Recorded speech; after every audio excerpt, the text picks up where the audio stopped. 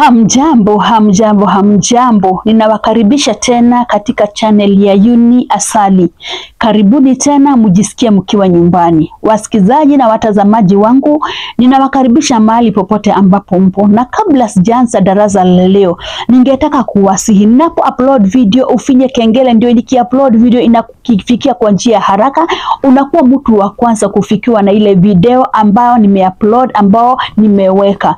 Siku ya leo nimerejea nikiwa na mambo mazuri. Hapa ndipo huwa ninaongea mambo ya sex, ninaongea mambo ya marriage, ya ndoa, vile tunafaa kukaa katika nyumba zetu, katika boma zetu. How you are supposed to maintain your man as a woman, how you are supposed to maintain your woman as a man.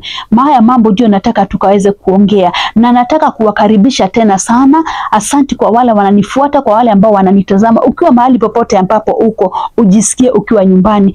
Hili darasa la Uni Asali, najua kuna mengi ambao tutasoma, kuna mengi ambao yatatuelimisha. Kwa hivyo mjisikie mkiwa nyumbani na karibuni sana. Siku ya leo kuna jambo ambalo nataka kuongea. Na lile jambo ambalo nataka kuleta siku ya leo, kuna sehemu nyeti ambazo mwanamke ama mke anapenda kuguswa ndiposa akaweze kufika kileleni. Wakati mwingi tunajipata kama waume tunalala na wake zetu katika lile tendo la ndoa. Tunafanya hilo tendo la ndoa, lakini wanawake ama mabibi zetu hawafiki kileleni. Ni kwa sababu gani? Kuna mambo mengi ambayo yanaweza kuchangia mwanamke kutofika kileleni. Kuna sehemu ambazo wewe kama mwanaume unapaswa kumuguza huyu mwanadada ama mke wako ili akaweze kufika kileleni. Na ninapofunza huwa ninasema ya kwamba sex ama tendo la ndoa ni ya wale watu ambao wameoana kirasmi, kwa sababu hata Mungu anahimiza hili tendo likafanywe na wale watu ambao wameoana. Kwa hivyo ninajua kwamba kuna wale wananisikiza. Wanaume, nataka kuongea nanyi. Waume, nataka kuongea nanyi siku ya leo. Kuna sehemu ambazo ukiguza mke wako unaona ya kwamba amepatwa na msisimuko. Sehemu ya kwanza ambayo unaweza guza mke wako uone amepatwa na msisimuko, na kwanza niwaambia kwamba ni wanawake wengi sana huwa hawafiki kileleni. Ni wanawake wengi sana ambao huwa hawafiki climax. Ni kwa sababu ya nini? Ni kwa sababu vile tunawaguza isivyofaa. Ni vizuri kuguza mtu wako ipasavyo. Sehemu ya kwanza ile unafaa kumguza mke wako, kuna kitu kinaitwa kinembe ama clitoris. Clitoris ama kinembe ni nini? Katika uke wa mwanadada ama wa mwanamke, hapa juu kina kitu kanakaa kama haragwe hivi. Hicho ndio kinaitwa kinembe. Wakati unaguzisha uume wako kwenye kinembe cha mwanamke, wakati unamguza mahali pale, mwanamke huwa anasikia mzuri, mwanamke huwa anasisimuka, anasikia raha, anasikia amekupenda zaidi. Na unaweza ona mwanamke amekushika, amekuhold tight na hataki kukuachilia. Ni kwa sababu gani? Ni kwa sababu kuna ule utamu ameusikia. Mara mingi wanaume wengi wanafikirianga ukiingia mwanamke ndani, ukiingia kwenye uke wake ndani, hapo ndio tunasikia utamu. Hapana, ukiingia hapo sio penye tunasikianga utamu. Unaweza ingia lakini wewe hakuna kitu tunasikia. Mwanamke anatakanga kuguzwa hapa juu. Chukua hicho kichwa cha ume wako, kigusishe juu ya kinembe. Anza kufanya ni kama unapigisha brush hapo juu. Huyo mwanamke anaanzanga kupiga nduru, anaanzanga kupiga mayowe, anaanzanga kuongea in tongues. Ni kwa sababu gani? Ni kwa sababu ya vile anasikia vizuri. Mwanaume, usizoe tu kwenda kama umeingia. Tayarisha mke wako, muguse hapa juu. Kama unataka mwanamke wako akasikie utamu, mugusishe hapa juu. Huyo mwanamke husikie utamu na anasikianga ni kama hata anaweza, yani anasikianga ni kama anapepea. Huyo mwanamke hata miguu unaonanga miguu imeanza kupanuka pole pole, kwa sababu ya jinsi anavyofanya nini? Kwa sababu ya jinsi anavyosikia. Hiyo ni sehemu ya kwanza. Sehemu ya pili ambao unafaa kumguza mwanamke, kama unataka mwanamke wako akaweza kufika kileleni ama akaweza kufurahia tendo la ndoa, ni titi. Titi la mwanamke, kuna haka kakitu kanakuanga kametokea kanaitwa kanipo. Hako kakitu kanakuanga ka sensitive sana. Ukiguza nipo ya mwanamke inatumanga message direct. Mwili wake unaamuka, unaona mpaka clitoris yenyewe imefanya nini? Kamesimama, kamekuwa kagumu kama jiwe. Unapoguza mwanamke kwenye nipo yake, hiyo nipo inakuanga ngumu, kana kuanga kagumu sana, because kamefanya nini? Kameanza kuerect. Ni kama tu vile mwanamke unafanyanga nini, unaanzanga kuamka unakuwa mgumu, unakuwa stiff. Hivyo ndivyo titi la mwanamke lilivyo. Mpapase mke wako vizuri, titi lake lipapase vizuri. Kama ni kunyonya na ulimi, lamba hiyo nipo vizuri na ulimi wako, usiwe na haraka, take your time, ilambe vizuri hiyo nipo mpaka usikie nipo imefanya nini, hiyo nipo imesimama. Utasikia mke wako akianza kukuambia, mume wangu tafadhali naomba uingie, ninaomba tu uingie mume wangu, nasikia vizuri, naomba tu uingie. Ukisikia mwanamke ameanza kukuambia uingie, ujue huyo mwanamke umemtayarisha na hako tayari, anataka muingie sasa katika lile tendo la ndoa. Kwa hivyo gusa titi la mke wako, matiti ya mwanamke wako vizuri. Hapo gusisha mate, anza kuzugua vizuri na ulimi, anza kuzugua vizuri na ulimi. Ulimi ikiwa mahali pale, mkono kidole nacho kilete kwenye hili titi lingine, anza kufanya nini? Anza kusugua hii nipo ingine. Nipo moja inasuguliwa na ulimi, hii ingine nayo inasuguliwa na nini? Hii ingine nayo inasuguliwa na kidole. Ni kwa sababu hata kidole kina nini? Kina kazi yake. Na isitoshe, hata wakati unamsugua mke wako na ulimi wako, si lazima kidole kiwe katika hii nipo ingine. Wewe mkono unaweza uchukua ukupeleka pale chini katika kinembe, ukaanza kugusisha mkono wako ukisugua nini? Ukisugua kinembe. Huyo mwanamke hufurahia tendo la ndoa sana, na anafurahianga seksi sana. Hayo ni mambo mawili ambayo nimekuambia.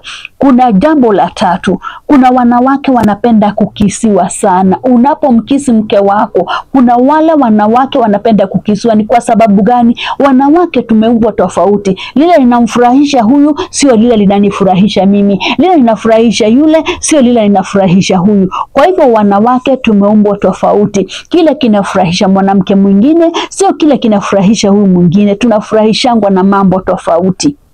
Kwa hivyo nataka kusema namna gani? Nataka kusema hivi. Unapomkisi mwanamke wako, kuna wanawake wanafurahingi sana wakati wanafanya nini?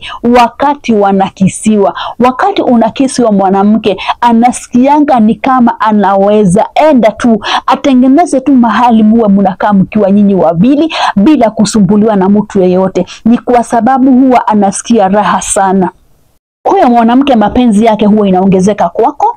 Unaona huyo mwanamke anakupenda zaidi.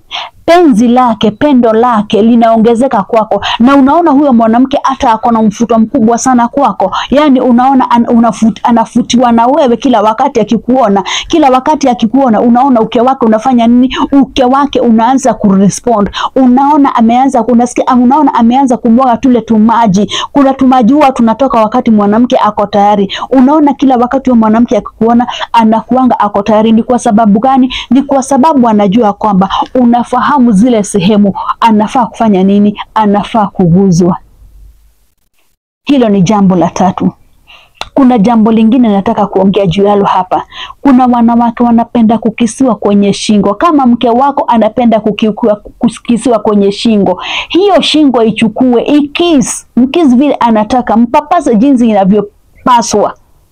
Usiende kama umerukia mwanamke wako tu haraka haraka. Usiende mahali pale ukiwa na mbio, hapana. Papasa mwanamke wako vizuri, papasa mke wako vizuri, muguze vizuri, make sure ama uhakikishia kwamba huyo mke ako tayari. Hata utakapoingia mahali pale, utakapoingia katika uke wake, huo mwanamke ako tayari. Yani uke ndio nakuambia, karibu bwanangu, niko tayari. Karibu bwanangu katika kisima chako ukaweze kunywa maji. Ni kwa sababu gani? Ni kwa sababu tayari umempapasa ipasavyo, umemguza kule kunafana. Huyo mwanamke ako tayari kukupokea. Uke wake uko tayari kupokea uume wako ndani, ili mkaweze kufanya nini? Ili mkaweze kufanya hilo tendo la ndoa. Lakini ukienda tu pale umerukia mke wako kama baiskeli, au juu mwanamke anaguzangwa, au juu mwanamke anafaa kupapaswa, huyo mwanamke hata mkifanya mapenzi na yeye hata furahia kamwe. Na huyo mwanamke ataona hata ni kama unamuharas kimapenzi. Ni kwa sababu she is not prepared. You have to prepare her. Muguze, gusa huyu mtu aanze kulia, muguze aanze kuwika.